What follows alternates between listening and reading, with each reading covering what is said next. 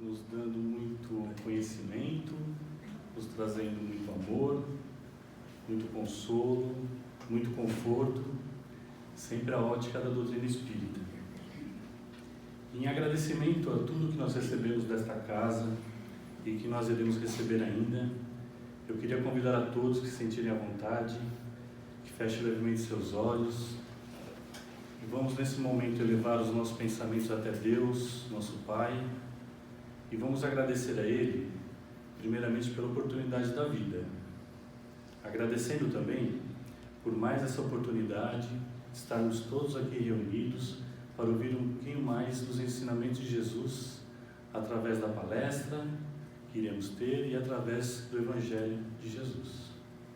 Agradecendo a Jesus, nosso Mestre, nosso modelo e guia, agradecendo a todo o plano espiritual de luz responsável por essa tarefa e que desde cedo preparou esse ambiente, e especialmente vamos agradecendo a Itajubá, mentor espiritual desta casa, que nos recebe, que nos acolhe, sempre de braços abertos.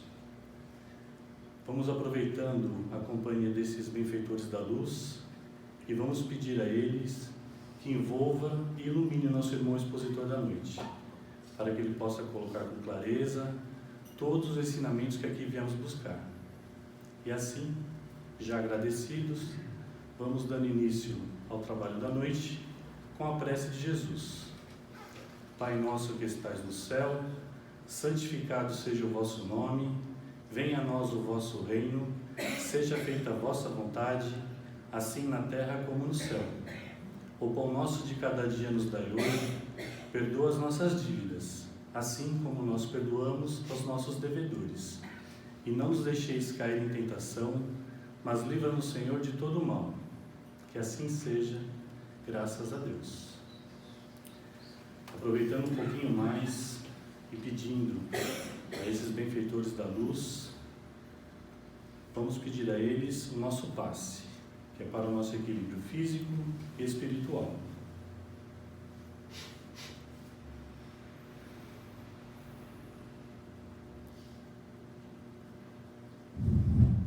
Que assim seja, graças a Deus. Muito bem. Essa saudação de sejam bem-vindos vai estender também ao nosso irmão Saulo, que tão gentilmente cedeu um pouquinho do seu espaço, do seu tempo, para vir falar aqui conosco. Então vamos apresentar ele, né? A lista que a gente tem que trazer um papel aqui. Poder uma colinha, senão eu não consigo decorar tudo. Nós sabemos, eu sei que ele nasceu em Séries, em Goiás. Ele é casado, tem 3 filhos. Ele é mestre em administração de empresas. E o nome dele completo é Saulo César Ribeiro da Silva.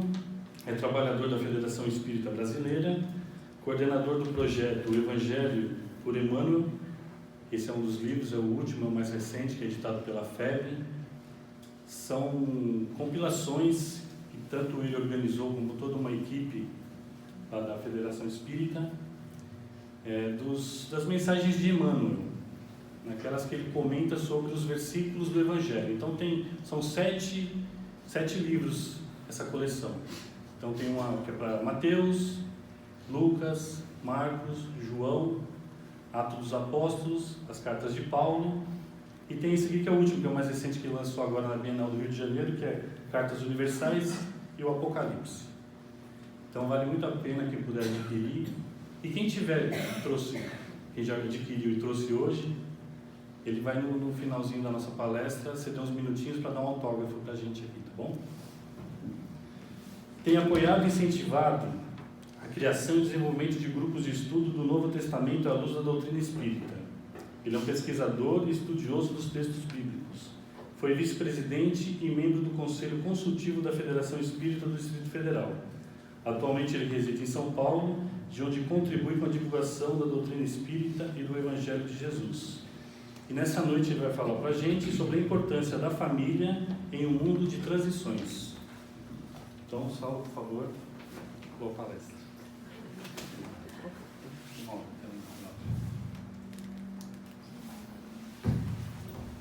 Meus queridos irmãos, minhas queridas irmãs, jovens, Que nos abençoe Jesus nessa noite, para que nós possamos ter momentos de agradável convívio fraterno em torno do Evangelho, à luz da doutrina espírita. É uma alegria muito grande estar nessa casa pela primeira vez, falando de uma temática tão importante para os nossos dias, que é família.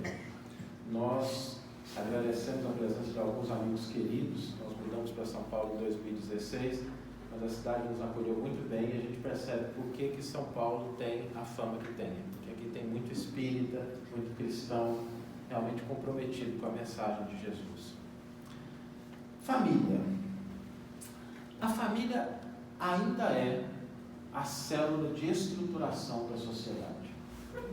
Quando nós olhamos para as diferentes culturas, para as diferentes organizações sociais do mundo moderno, nós ainda encontramos na família a sua base. O mundo passa por transformações extraordinárias.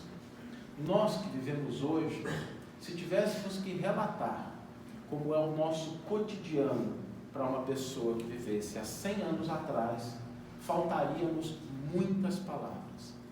Porque como é que a gente explica que acordou de manhã, pegou o celular, olhou o WhatsApp, olhou as redes sociais, abriu a geladeira, ligou a luz, pegou um carro? O ser humano nos últimos 200 anos passou por transformações inimagináveis a alguém que vivesse há 200 anos atrás. Nós conseguimos avançar em conquistas extraordinárias.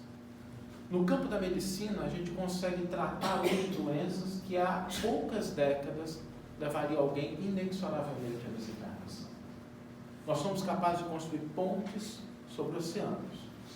Nós conhecemos as estrelas, conhecemos a intimidade do átomo, conseguimos realizar prodígios com um aparelhinho que a gente carrega no bolso e a gente fala com alguém do outro lado do planeta instantaneamente. São conquistas importantes.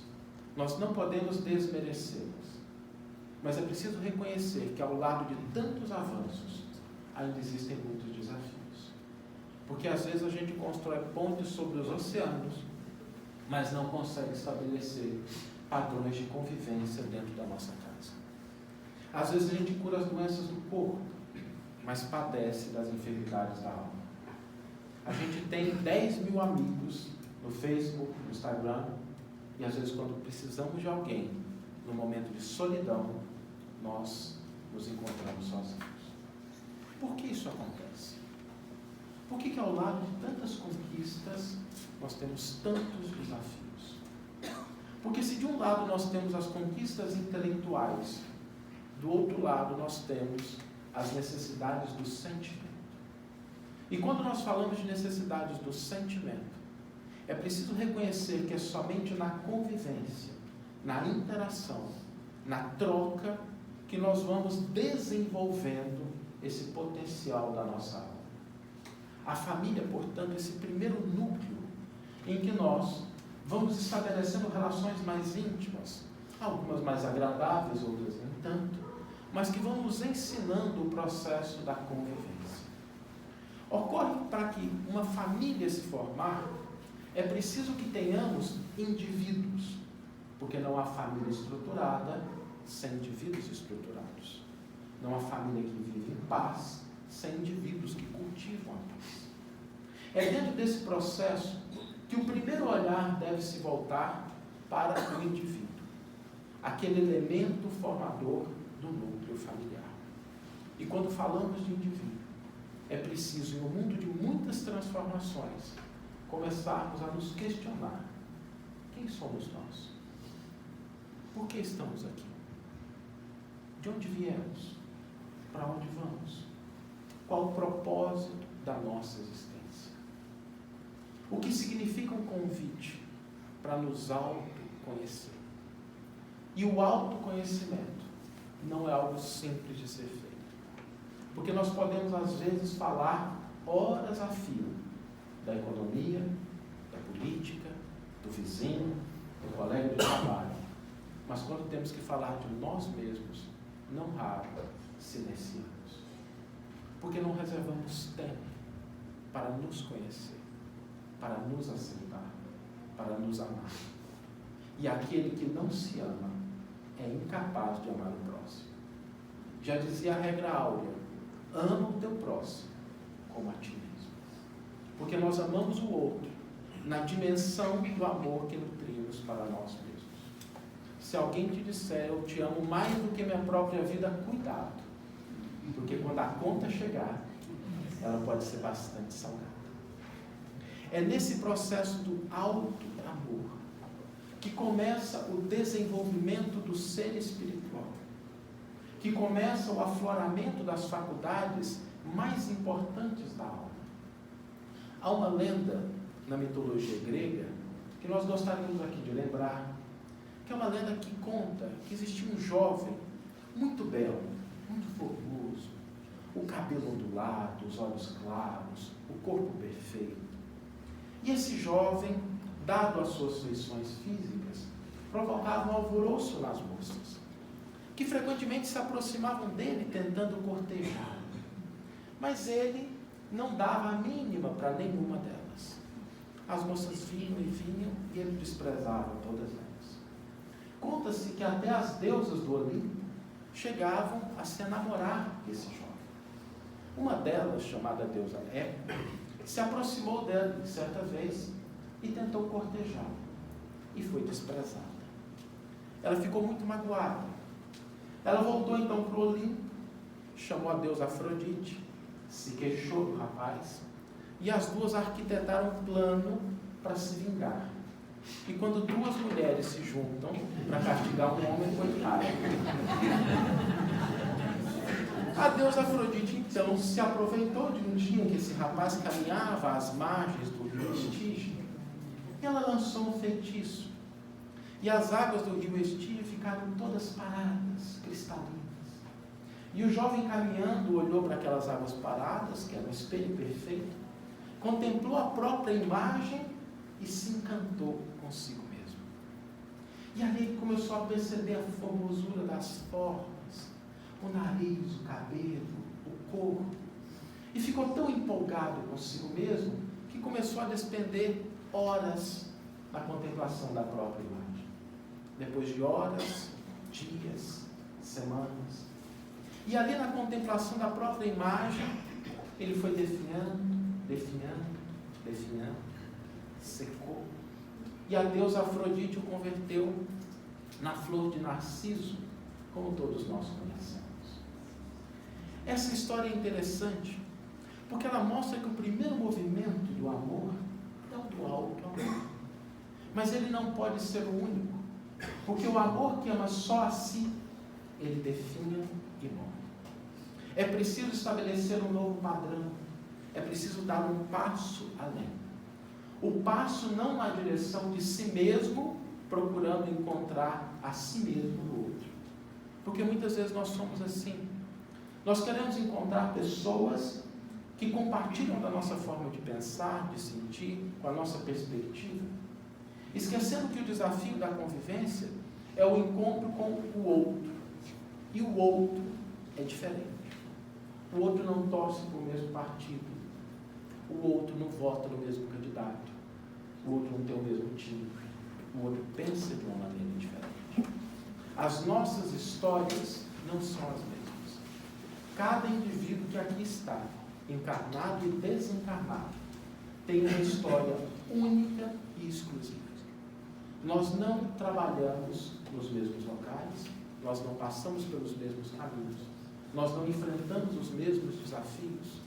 As experiências que marcaram a nossa personalidade são diferentes das experiências que marcaram a personalidade do outro. E é nesse impulso da aproximação com o diferente que nós temos um grande desafio. Porque se viver é difícil, conviver é o diabo.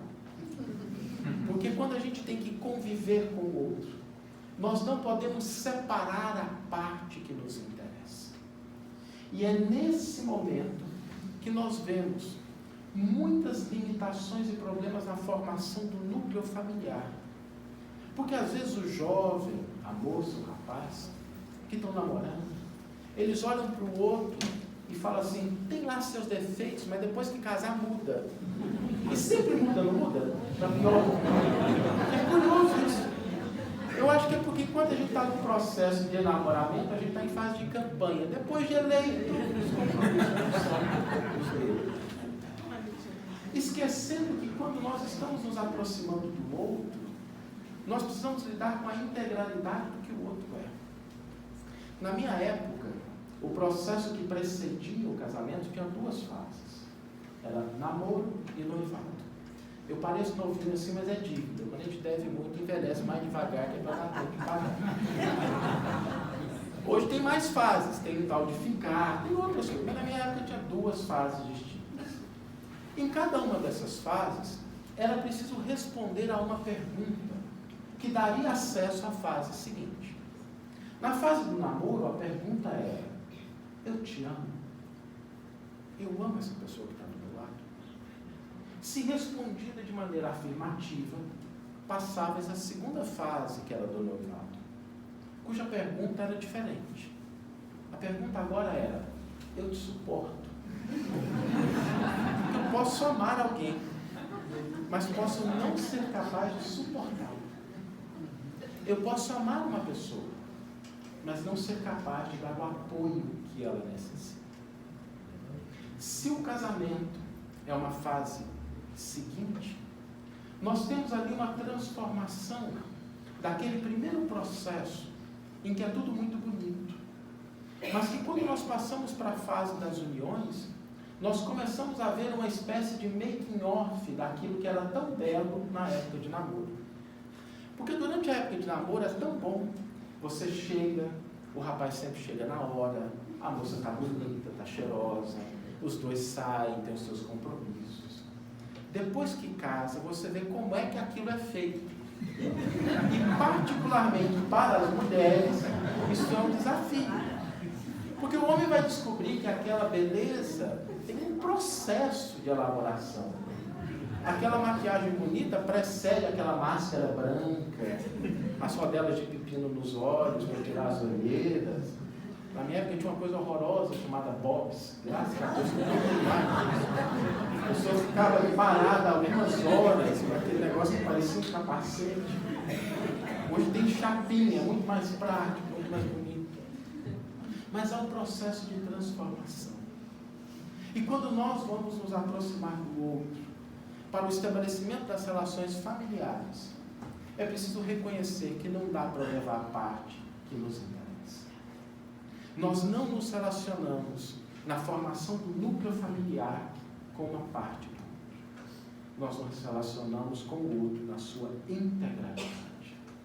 Não dá para levar só a beleza da pessoa, o emprego da pessoa, o contra-cheque da pessoa. Não dá para levar só os bons hábitos da pessoa. E é nesse momento que nós vamos reconhecendo aquelas uniões que de fato se estabelecem nas bases legítimas da construção da família. Que não é a base de encontrar no outro a perfeição. Uma vez eu encontrei com uma jovem que me perguntou assim: Saulo, como é que eu faço para encontrar o marido perfeito? Eu falei: é simples. Não é difícil. Se alguém quiser tomar nota, pode tomar.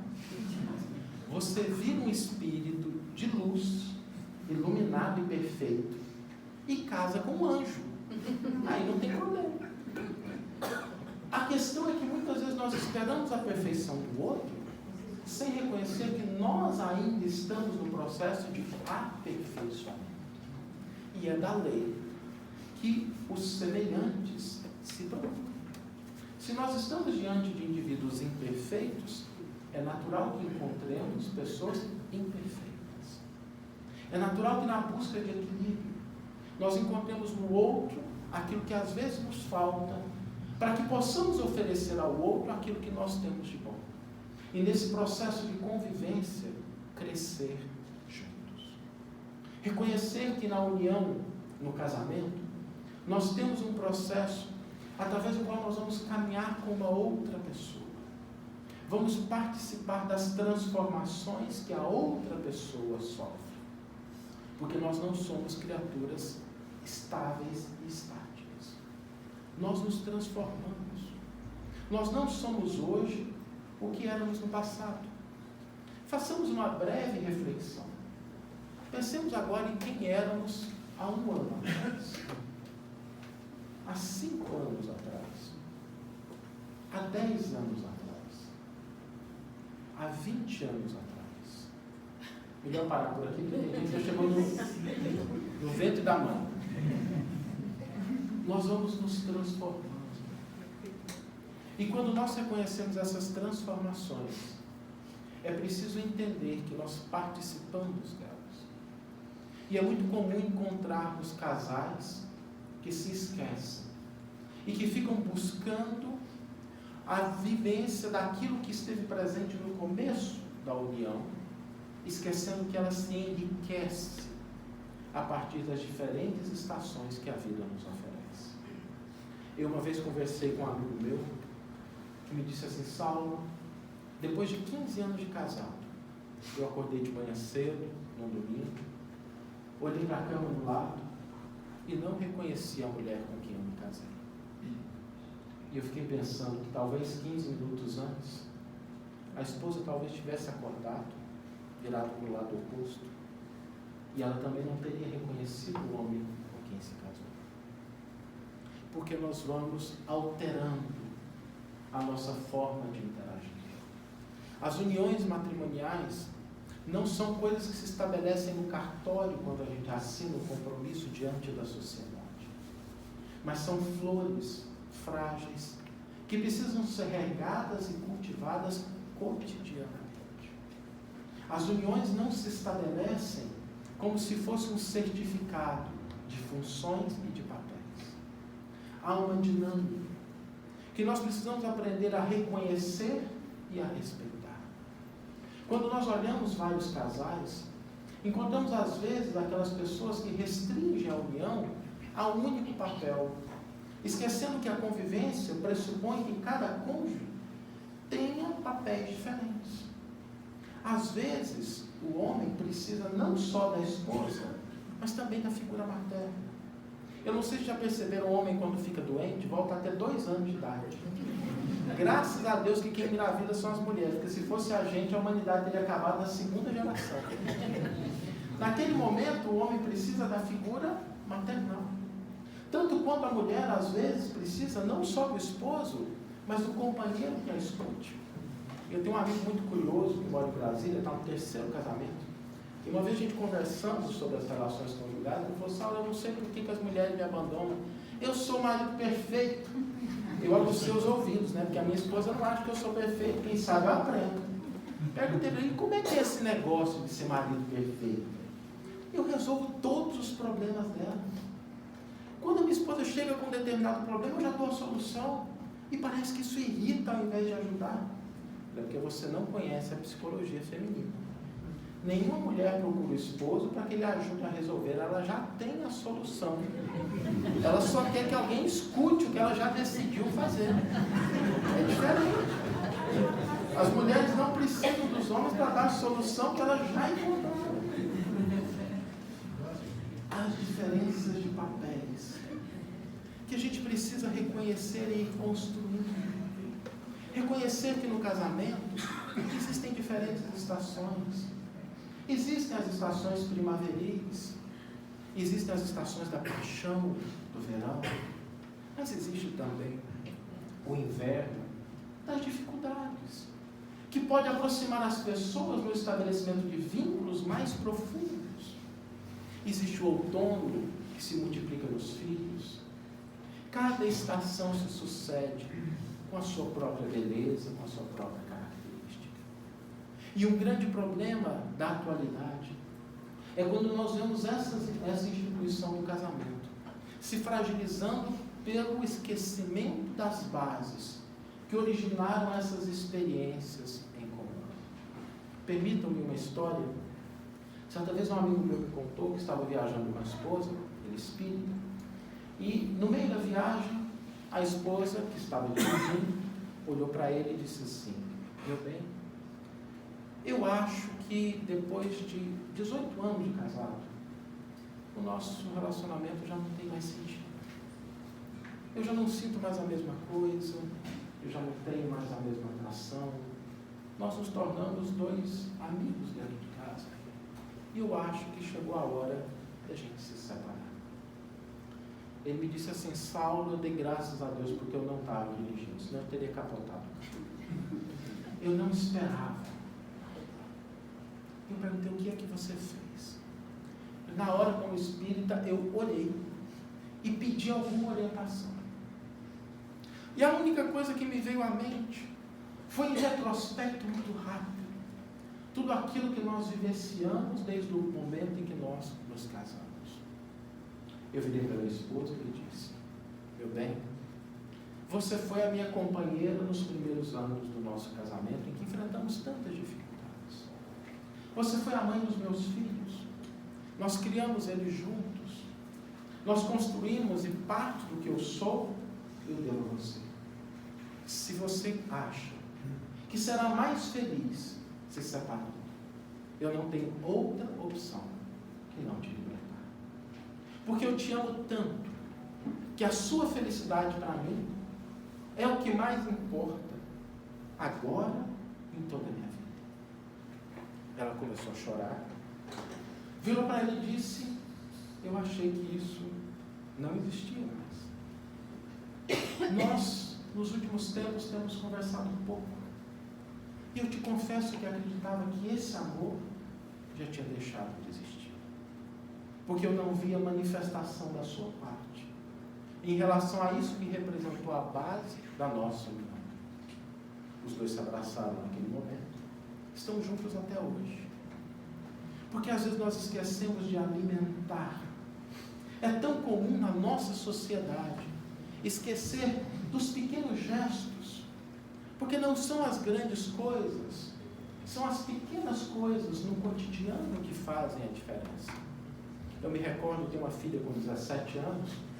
Quando ela tinha mais ou menos uns 13 anos, eu fui buscar ela no colégio. Estava voltando para casa, era 12 de junho, dia dos namorados. Falei: vou passar na floricultura. E ela perguntou: mas por quê? Então, para comprar uma flor para sua mãe.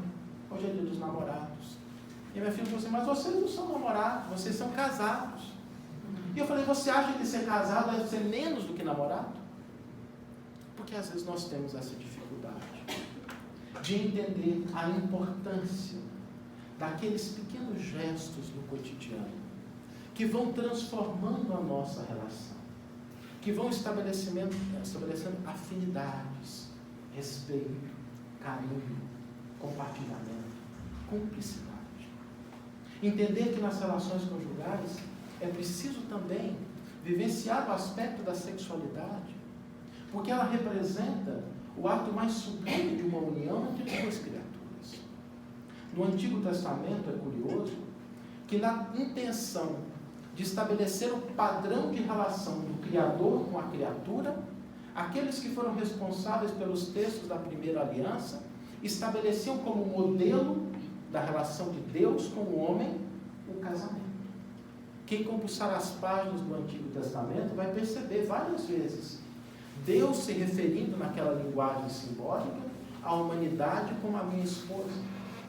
O advento de Jesus, o mesmo símbolo é utilizado quando é estabelecido o momento do noivado, do casamento. Porque o casamento simboliza essa união de intimidade, de proximidade, em que os indivíduos são aquilo que eles são de fato. No mundo nós podemos ter diversos papéis, mas nas uniões conjugais precisamos estar inteiros, a fim de que nós possamos compartilhar durante algum tempo com aquela pessoa que está ao nosso lado. E é tão bom quando a gente olha nos olhos de alguém e a gente vê aquelas rugas que as mulheres às vezes se esforçam tanto por ocultar, e a gente pode dizer: eu participei dessa história, eu vivi essas experiências, eu caminhei ao lado dessa pessoa.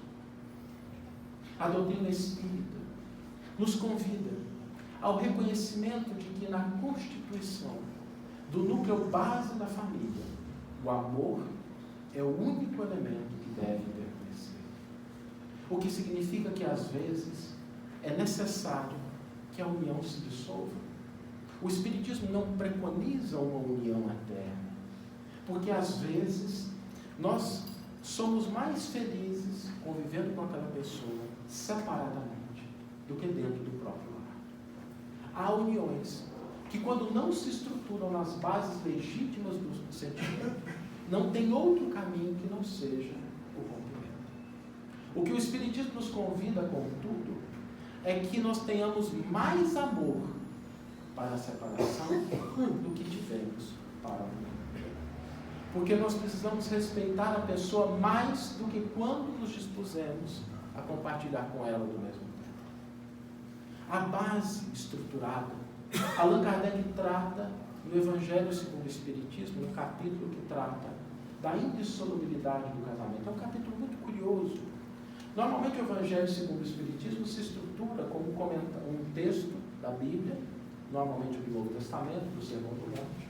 Kardec comenta aquele texto e os Espíritos dão a sua intervenção depois naquela parte de instrução dos Espíritos. Quase todos os capítulos são assim. No capítulo do divórcio não tem instrução dos Espíritos. Eu acho que eles pensaram assim, isso é um problema de vocês, a gente não vai isso, vocês se resolvem. Mas Kardec faz uma análise extraordinária de um diálogo de Jesus com os doutores da lei, em que ele remonta essa base, que é o amor pelo outro, a disposição de conviver com o outro. A felicidade conjugal não deriva da ausência de problemas, mas na disposição de enfrentá-los juntos, de reconhecer que nós, como indivíduos, talvez não fôssemos capazes de superar determinados desafios, mas que ao lado do outro nós podemos sim vencê-los e estabelecer uniões que podem perdurar até a próxima fase da constituição da família, que é a chegada dos filhos. Os filhos que representam esse convite a uma ampliação do núcleo familiar. Mas a doutrina espírita tem uma contribuição importante, porque ela nos faz reconhecer que os nossos filhos não foram gerados a partir do momento da concepção. São espíritos. Eu tenho um amigo que foi presidente de centro, e toda vez que alguém da evangelização chegava para ele e falava assim, olha que bonitinho, nós temos aqui um aluno novo, ele olhava para aquela coisinha bonitinha e dizia assim, cuidado, dentro disso aí tem um espírito. E não é que tem mesmo? Os nossos filhos trazem as suas heranças, as suas necessidades, as suas propostas educativas. Se nós tivéssemos oportunidade de ver aquele filme que antecede o compromisso dos pais prestes a receber um espírito reencarnante, ouviríamos com muita frequência o seguinte pedido: pai, mãe, eu te peço, me ajude a não errar novamente, a não cometer os mesmos equívocos, a não tropeçar nos mesmos buracos, a não cair nos mesmos precipícios. Porque o núcleo familiar, ele é sobretudo um núcleo de educação. E aqueles indivíduos que chegam a esse núcleo, naquela fase encantadora, em que nós temos o indivíduo ainda no processo de estruturação da sua personalidade, nós temos a oportunidade de trabalhar, imprimindo valores para que a criança cresça, tendo referenciais para os desafios que inevitavelmente encontrará na sua vida adulta. Todas as crianças que chegam às nossas famílias têm as suas necessidades educativas. Às vezes nós olhamos aquela coisinha bonitinha, enfeitadinha quando é menina, com a camisetinha bonitinha quando é menino, e a gente pode ter recebido em casa um espírito com sérias dificuldades na área do dinheiro, com sérias dificuldades na área da sexualidade, com sérias dificuldades na área da droga, do suicídio. O processo de reconhecer isso significa fortalecer essa criatura para que, quando o desafio chegar, ela possua mais recursos do que o que tinha quando aqui veio. Eu conversei com uma mãe certa vez, cuja filha de 17 anos havia cometido suicídio. Uma desilusão amorosa levou a jovem a esse ato extremo. E ela me dizia em pranto: Saulo, eu não percebi, eu não entendi como é que a minha filha foi capaz disso. E eu perguntei para ela: e como é que você criou a sua filha? Ela protegida de todos os problemas do mundo. Tentei facilitar-lhe ao máximo a sua existência, o que nem sempre é a melhor alternativa. Porque a força moral, ela se faz no embate, ela se faz no atrito. Eu vejo com muita preocupação pais que hoje em dia dizem assim: o meu filho não vai passar pelas mesmas dificuldades que eu passei.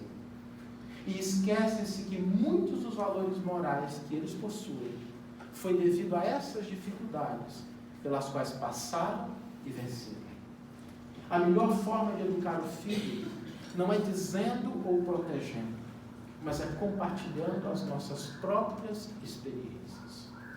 É não estabelecendo aquele papel de achar que eu tenho que ser um super-herói para o meu filho, mas é compartilhando com ele as minhas fragilidades, as minhas limitações, para que ele, diante da fragilidade que ele reconhecer em si mesmo, ele possa pensar: meu pai também passou por isso, minha mãe também sofreu alguma coisa, eu vou pedir ajuda, eu vou conversar, eu vou trocar experiências. Nós temos às vezes um olhar encantador para os nossos filhos, esquecendo que temos uma responsabilidade de sermos pais e mães, avós, tios, responsáveis. Nós podemos até não ser os amigos, mas não podemos abrir mão de sermos pais. Existe ex-esposo, existe ex-esposa, mas não existe ex-pai e ex-mãe. A responsabilidade que nós temos, ela é inalienável durante a nossa encarnação. Por isso é importante estarmos atentos àqueles traços de personalidade que a criança aflora desde o seu nascimento.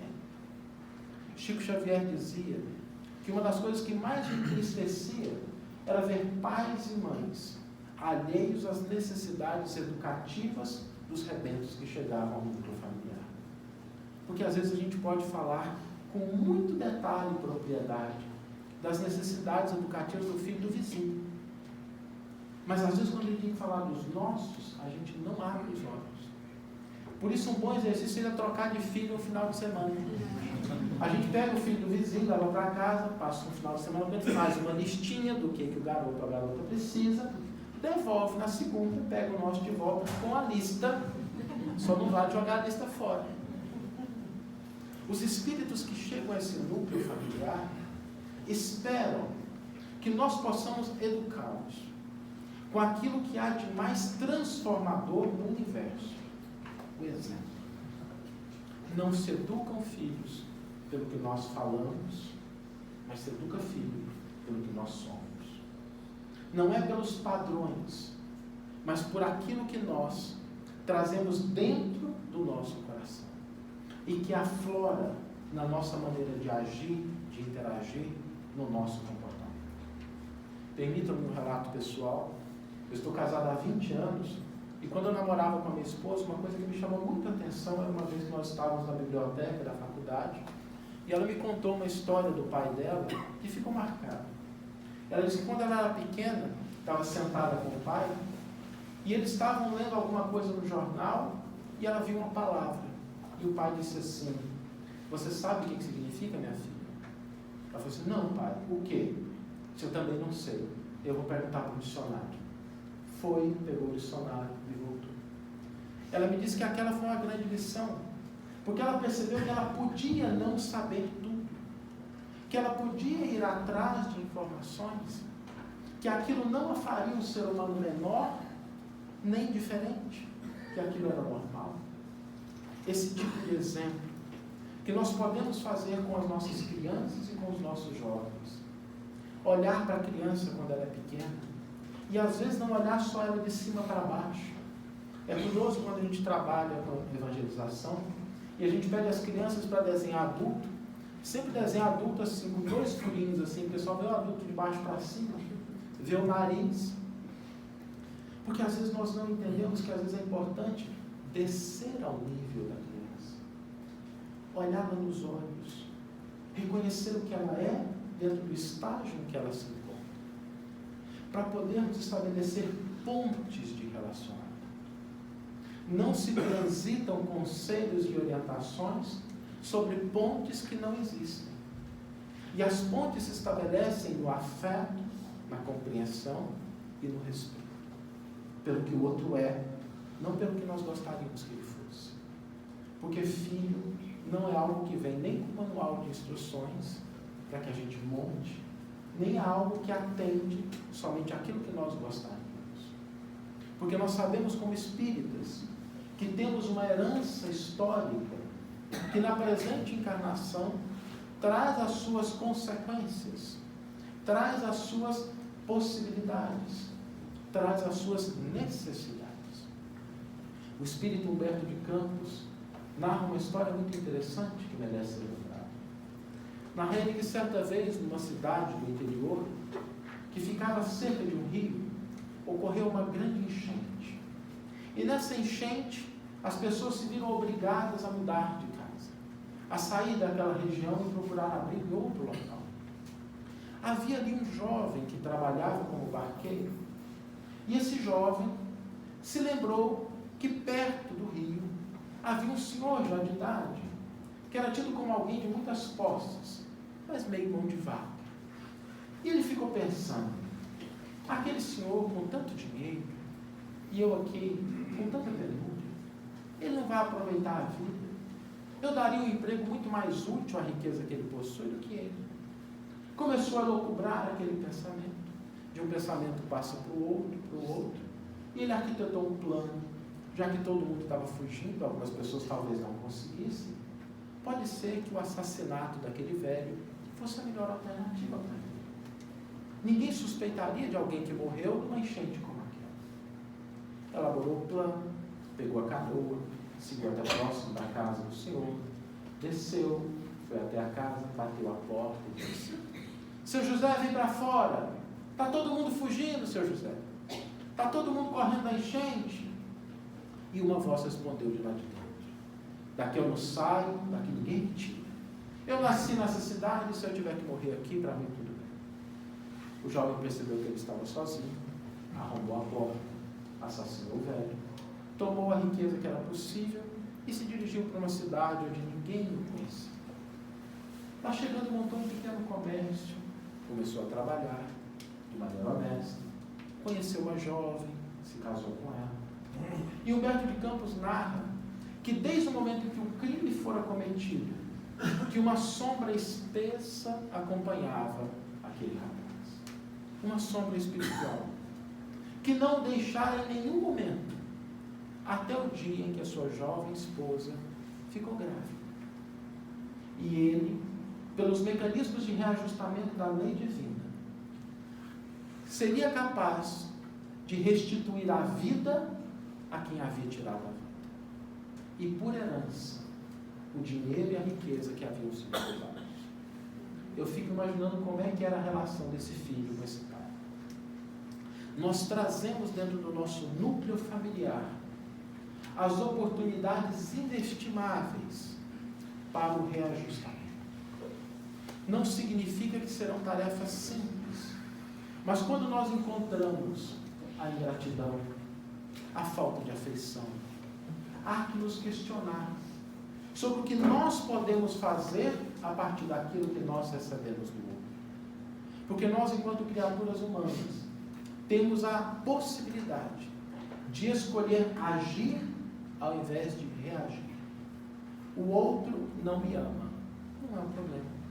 O problema é eu não ser capaz de amar. O outro não me suporta. Nenhum problema.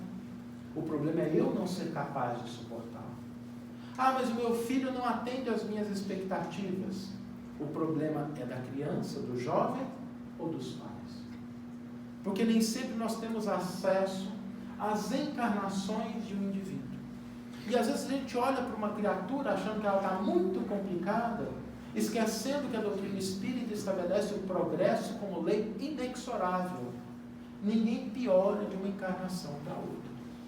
O que significa que nós somos sempre melhores.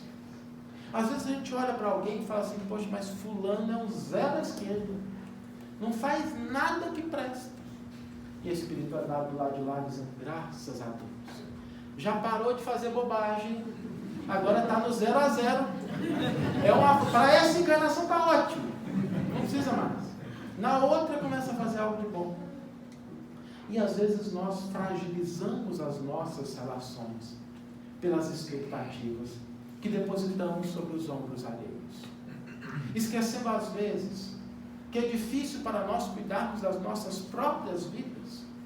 Como esperar que o outro seja a razão da nossa felicidade? Como esperar que o outro atenda todas as nossas necessidades? Aproveitemos a oportunidade de termos alguém que compartilha conosco do ambiente doméstico. Que seja por um tempo, que seja por alguns anos, que seja por alguns meses, que seja por alguns instantes. Porque o momento mais precioso é quando nós podemos olhar nos olhos de alguém que é diferente e ter a possibilidade de conviver e de crescer. A partir desse sentimento, nós vamos estabelecendo um padrão de família que se estende para além dos limites da parentela consanguínea. E vamos começando a reconhecer em cada criatura que cruza o nosso caminho, seja na rua, no trabalho, no ambiente social, na casa espírita e na igreja católica, no templo evangélico, alguém que também é nosso irmão, alguém com o qual nós também temos uma relação familiar, alguém que não traz o mesmo histórico que nós trazemos, mas que naquele momento nos convida ao exercício da fraternidade, ofertando ao outro o que nós temos de melhor. Por quê? Porque o outro também vai ser anjo um dia. Saulo, mas até o Fernandinho Beiramar, até o Fernandinho Beiramar, até aquele senador, só até aquele senador. E quando aquela pessoa chegar ao estágio de angelitude, vai olhar para trás e vai ver todas as pessoas que colaboraram com aquela pessoa durante o seu processo evolutivo. Que lembrança nós queremos deixar naqueles que momentaneamente cruzam os nossos caminhos na estrada da vida?